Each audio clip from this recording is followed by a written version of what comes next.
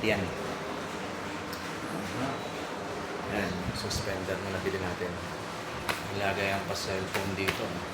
Tapos, may sabitan din ako ng flashlight ko. So, wala okay pagka siservisan. Tapos yung madilim, walang ilaw. Ito, panel. Ito, may kukuha ng ilaw niya. Okay, so, ito buksan. Ayan. Okay. Direkta yung liwanag. Hindi abala sa view. Dahil nasa side lang siya. Kung anong gamit mo. Hindi ka maabala dahil sa side siya. Tapos meron pa tayong isang attachment. Ayan. Kunyari, ayan. Nasa loob ka. Ayan, super dark. Dahil meron kang attachment sa balikat ng para sa light mo. Hindi ka mahirapan. Ay, puro mold siya. Okay. Yan, yung isa nating ilaw ay pwede naman kang ilagay sa cup. Medyo hindi ganun kahirap compare dun sa waist lang nakakalagay yung holster mo.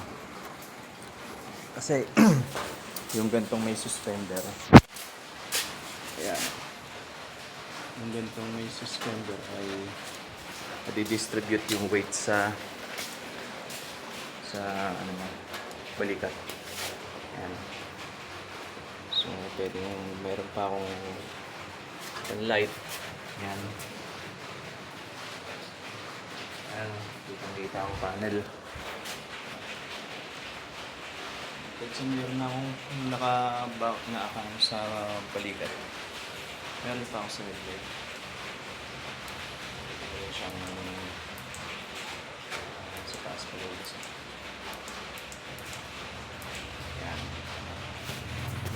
Dito naman sa side. Malakas ang kaya. Ayan. Malakas.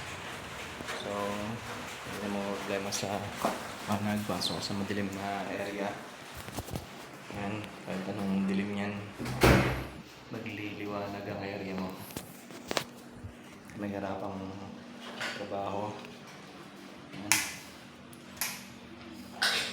Tapos, yung bigat ng ano, kasi ako may sciatica ako. Pagka masyadong bigat yung nasa waist ko, umatake yung sciatica. Pero ngayon mukhang okay.